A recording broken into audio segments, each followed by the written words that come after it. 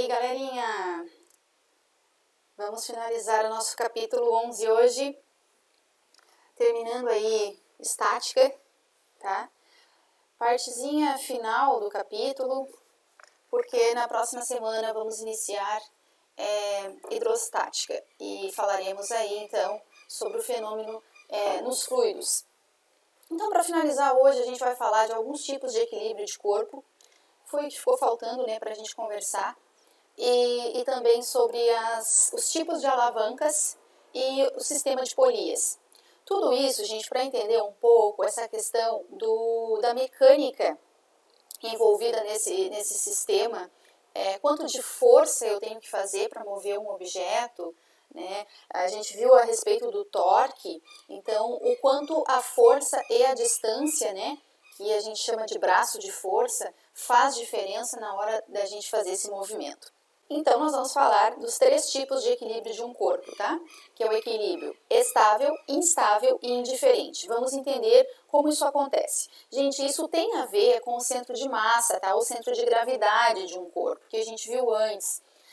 Se tratando de um corpo homogêneo, um corpo, por exemplo, um sólido geométrico, né? Sempre o centro vai ser o seu centro geométrico. Então, por exemplo, se nós pendurássemos um quadro na parede, um quadro, né, de material homogêneo e tal, pendurássemos um quadro, e na maioria das vezes a gente pendura o quadro pela parte de cima, pela parte superior. Quando a gente faz um furinho apenas, um ganchinho, né, a gente coloca no meio da parte superior, nunca na parte inferior. Isso tem um sentido para isso. Isso tem a ver com o equilíbrio desse corpo.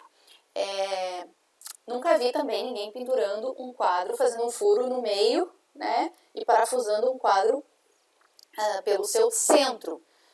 Então, isso tem a ver com a questão de estabilidade. Se vocês penduram um quadro na parede, fazendo um furinho, né, ou pendurando pelo seu ganchinho, que geralmente já vem o ganchinho, na parte de cima, se você balançar esse quadro, a tendência é ele voltar para a posição original dele. Ele volta para o lugar que ele estava, né, para a posição que ele estava. Se você pendurar esse quadro, fazer um furinho na parte de baixo, qualquer movimento que acontecer ali, ele não vai voltar para a posição inicial, né? Ele tende ainda a piorar ainda mais, a girar e ficar na posição oposta. Então, é isso que a gente vai falar agora, tá? Sobre essa estabilidade dos corpos. Então, a primeira situação é aquele equilíbrio estável. O equilíbrio estável é esse que eu acabei de falar para vocês, que é quando o corpo tende a voltar para o seu local original.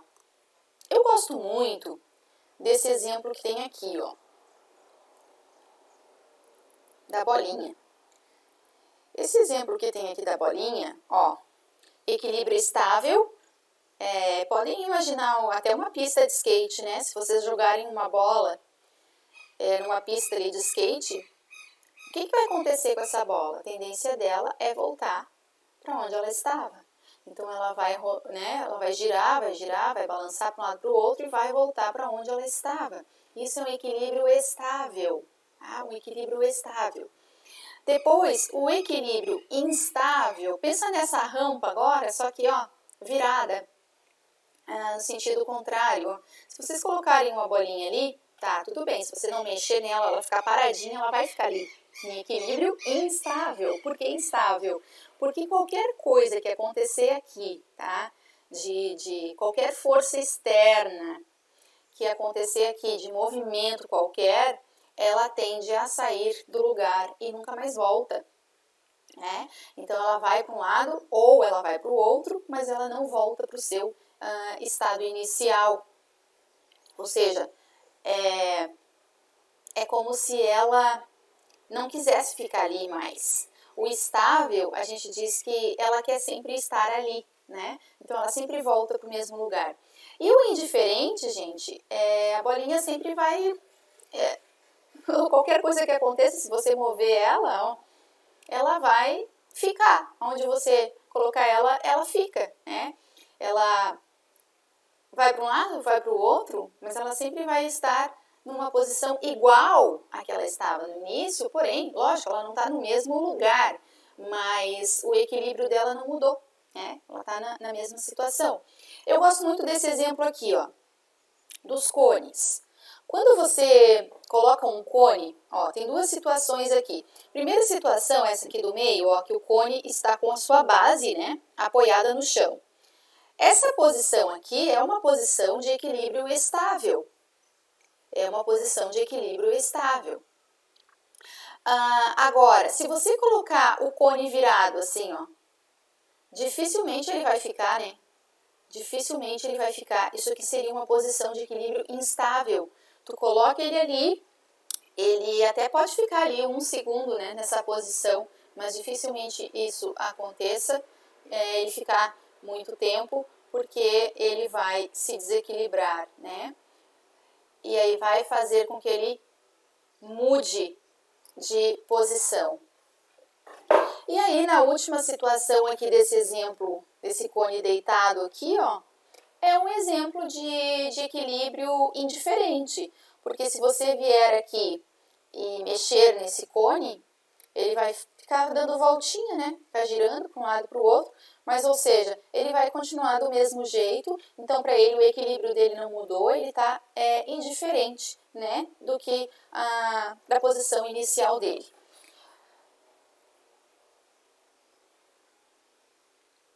Bom, gente, basicamente esses 3 tipos de equilíbrio que a gente tem, tá? E agora a gente vai falar um pouquinho sobre as alavancas, embora a prof já tenha falado para vocês ali, quando eu expliquei o momento de uma força, né, ou o torque, eu mostrei para vocês a questão das alavancas, também o exemplo das gangorras, mas a gente vai ver agora os tipos que existem, né, de alavancas e o quanto isso pode nos favorecer na questão de força, né? Quanto que a gente tem que fazer de força, então, se a força tem que ser maior ou menor, enfim, em relação a esses tipos de alavancas. Eu trouxe aqui um outro, além desse desenho, para a gente entender um pouquinho o que significa a alavanca interfixa, interresistente e interpotente, tá? Então, olha só. A gente tem a palavra inter significa que está no meio, né? Então, quando eu falo interfixa, significa o ponto fixo está no meio. No meio do quê? No meio das forças. A gente tem 2 forças envolvidas aqui, a força resistente e a força potente. Para vocês entenderem, a força potente é aquela força que eu faço. Eu estou fazendo uma força para mover alguma coisa. A força resistente é aquela força que resiste a algo. Então, olha só, eu tenho aqui uma pedra, vamos supor que eu estou tentando levantar essa pedra aqui, né, com essa alavanca. Aqui tem um ponto de apoio ou ponto fixo que a gente chama. E aí eu estou fazendo uma potência aqui, ó, essa potência, essa força. Eu estou fazendo uma força para poder levantar essa pedra. Então, essa força que eu estou fazendo é chamada de força potente. Essa força da pedra é chamada de força resistente, tá? Então, significa o quê? Essa interfixa significa que o ponto de apoio está entre essas 2 forças. Aí a gente vai ter que lembrar do torque, que eu expliquei para vocês o seguinte, que quanto mais distante eu estou desse ponto fixo, menos força eu preciso fazer, certo? Então, quanto mais distante eu estou desse ponto fixo e quanto mais próximo está esta força resistente do ponto fixo, menos força eu tenho que fazer. Existe a situação em que estão em equilíbrio, sim. Lembra do exemplo da gangorra? O exemplo da gangorra é um exemplo de alavanca interfixa. Por quê? Porque existe um ponto central ali, um ponto fixo, a mesma distância, né, na alavanca da gangorra. E aí, quando as crianças sentam para brincar, vai depender muito, claro, da massa de ambas e também da distância em que elas se posicionam, né, em relação a esse ponto fixo. Muito bem. Outro exemplo também que a gente pode utilizar para alavanca interfixa são os alicates. Tá? Os alicates, geralmente com cabos maiores, né, a gente pode fazer menos força, é possível fazer menos força do que os que têm os cabos menores. Por quê? Porque existe ali um ponto fixo, que é onde abre e fecha, né, o pontinho que faz a ligação, e a partezinha que abre e fecha, que seria onde vai pressionar o objeto, né, ali vai ser a força resistente, e no cabo do alicate é onde a gente tem a força potente. Bom, vamos entender agora o que seria a alavanca interresistente. O nome já diz, interresistente, a resistência está no meio. Se a resistência está no meio, olha aqui, a resistência ela está mais próxima desse ponto de apoio do que a minha força potente. Então, consequentemente, aqui, nesse caso, consequentemente a minha força é menor. A minha força de potência é menor. Por quê? Porque eu preciso fazer menos força. Por quê? Porque a minha resistência, essa resistência aqui, ela está mais próxima do ponto de apoio. Tá? Então, como ela está mais próxima, esse momento aqui vai ser maior do que esse aqui. A força que eu tenho que fazer aqui, ela é, consequentemente, menor do que a força resistente. Tá? Agora, o último caso seria... e um exemplo aqui para interresistente seria o carrinho de mão. O carrinho de mão, aqui, ó, que vocês têm aqui na figura, ó, o carrinho de mão seria, o ponto fixo estaria aqui, né, ó, aqui é o ponto fixo, por onde eu movo, ó, as alavancas do carrinho. Aqui no meio é a força resistente, porque é o que eu vou colocar ali, é o peso que eu vou colocar ali para carregar, né, então aqui seria a resistência. E aqui é a força que eu vou fazer, ó. Então, isso aqui é um exemplo de alavanca interresistente. Agora, a interpotente é o contrário, é a potência que está no meio. Então, aqui não tem jeito, gente. Aqui a força potente, ela vai ser maior, tá? Ela vai ser maior. Então, ou seja, eu preciso fazer mais força nesse caso aqui. Ó, o centro, o ponto de apoio está aqui, né? O ponto fixo, ou ponto de apoio, tanto faz. A força resistente está aqui, ó. E a minha força potente está aqui, ó. Ou seja, está no meio dos dois. Então, essa força que eu preciso fazer aqui, ela deve ser maior. Ela deve ser uma força maior, né? Pelo fato de que ela está mais próxima do ponto fixo do que a resistência. Então, lembra? A distância é menor, a minha força tem que ser maior. Então, tá aí. Olha um exemplo bem comum do nosso dia a dia. O varrer a casa, né? O simples fato de pegar a vassoura para varrer o chão. Isso aqui é um exemplo de alavanca interpotente, porque a nossa potência está no meio. Veja que existe um ponto fixo. Onde é que está o ponto fixo? Está aqui, ó, que é a vassoura vai girar conforme esse ponto. Aqui ela está fixa, e a gente vai fazer isso aqui, né? Então, o ponto fixo seria o ponto aqui da vassoura, esse ponto aqui. Aqui está a resistência, porque se nós estamos aplicando uma força, um movimento no chão, existe um atrito ali, né? E esse atrito é a nossa resistência, e aí a força que eu tenho que fazer, então, vai ser aplicada aqui, ó, por essa mão no cabo da vassoura, ou seja, essa força potente está no meio do ponto fixo e da força resistente. Outro exemplo que também a gente usa no nosso dia a dia é a pinça. A pinça também é outro exemplo de alavanca interpotente, por quê? Aqui está o ponto fixo, ó, né? Esse é o ponto fixo, e aqui está a resistência, né? Ou seja, o objeto que a gente está manipulando. Isso aqui para nós é a força resistente, e aqui seria a força potente, tá? E vamos falar um pouquinho de polias, só para a gente entender algumas situações também, para encerrarmos nossa aula de hoje. Ó, as polias, gente, ou roldanas, né? Vocês já devem ter visto isso em algumas situações do nosso cotidiano. E significa o seguinte, ó. Quando a gente dispõe aqui de uma roldana, ó, que a gente quer elevar um objeto, vou subir alguma coisa num edifício, né? Tô fazendo uma mudança, preciso levar algum objeto pesado lá para cima e eu faço esse movimento. Então eu puxo aqui com uma certa força e essa força é igual à força-peso, a força-peso desse objeto aqui que eu estou levantando, né? Ó, então essas forças são iguais. O que é feito para que essa força seja diminuída? O que se faz no dia a dia, né? Quem trabalha com essas coisas, para facilitar o seu trabalho? Existe aí o sistema de roldanas móveis que a gente chama, tá? Porque aqui a gente tem uma roldana fixa, ó. A gente tem aqui, tá preso, ó. E aí é feita uma adaptação de várias polias, né? E aí a gente chama de roldanas móveis. Olha o que acontece com uma roldana aqui, ó.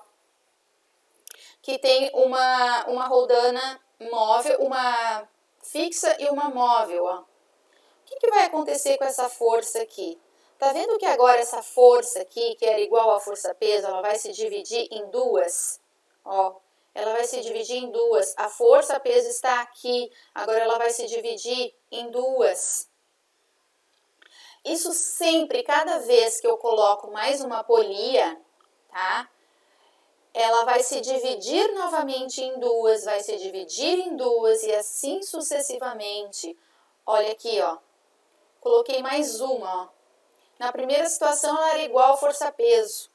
Depois ela se dividiu em duas, ó. Aí no caso essa força ficou igual a metade da peso. Tá vendo? Ó, se eu tinha força-peso em uma,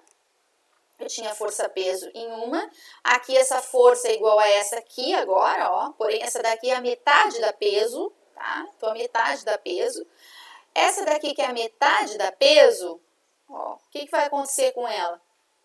Novamente vai ficar a metade da metade. Por quê? Porque eu tenho aqui a força-peso que se dividiu em dois, ó. Esse metade se dividiu em dois, tá vendo? Que se dividiu em 4. Gente, então percebam o que acontece. A peso, ela vai se dividindo em 2, dividido em 2, dividido em 2. E aí, olha só. Se eu pegar, por exemplo, uma massa aqui de peso, um exemplo, 100 quilos, 100 quilogramas, tá? 100 quilogramas aqui. Aí aqui a minha força que eu vou fazer... 100 quilogramas vai dar 1000 newtons, né? 1000 newtons. Tá, 1000 newtons. Então, essa força que eu vou ter que fazer é de 500 newton agora. Porque é metade. Vou falar com valores para vocês entenderem melhor, tá? Ó, então, aqui seria 1000 newtons, usando o 10 para gravidade, tá? De peso. Aqui seria 500 newtons. E aqui seria 250 newtons. Tá vendo? Então, o 1000 eu acabei dividindo para quanto? Eu acabei dividindo para 4. E cada vez que eu acrescento uma polia, se eu acrescentasse mais uma vez 125 newtons, aí eu teria dividido o meu 1000, a minha força-peso, que era 1000 newtons, eu teria dividido por quanto? Por 8. E 8 nada mais é do que 2 na terceira, 2 ao cubo. Por isso dessa fórmula aqui, ó.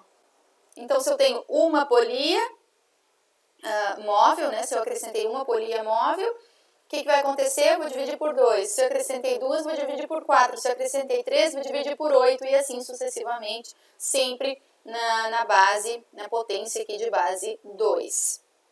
Certo, gente? Então, basicamente é isso. Eu queria mostrar uma coisinha aqui para vocês, esse exercício, ó. Ó, vamos ver essa situação que eu achei bem interessante para a gente estar discutindo. Vocês já viram, por acaso, alguma porta que tenha a maçaneta aqui bem próximo aqui, ó, do eixo de rotação? Já viram isso? Não, né? Olha, gente, a maçaneta geralmente é assim, né? Ó, na parte mais distante do eixo de rotação, né? Ó, aqui seria o nosso ponto fixo, o nosso ponto de apoio, né? Que é onde ela vai girar, né? Olha só, quanto mais eu me aproximo do eixo de rotação, mais difícil vai ficando de abrir a porta. Olha essa situação aqui, ó.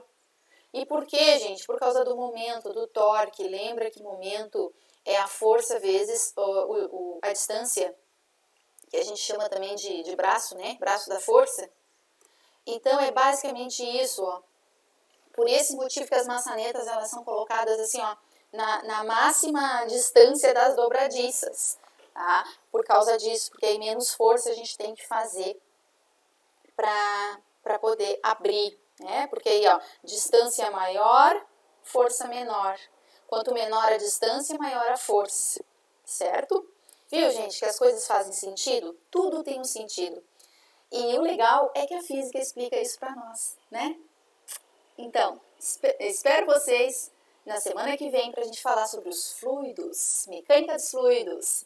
Beijo da Sora para vocês, fiquem com Deus e até mais!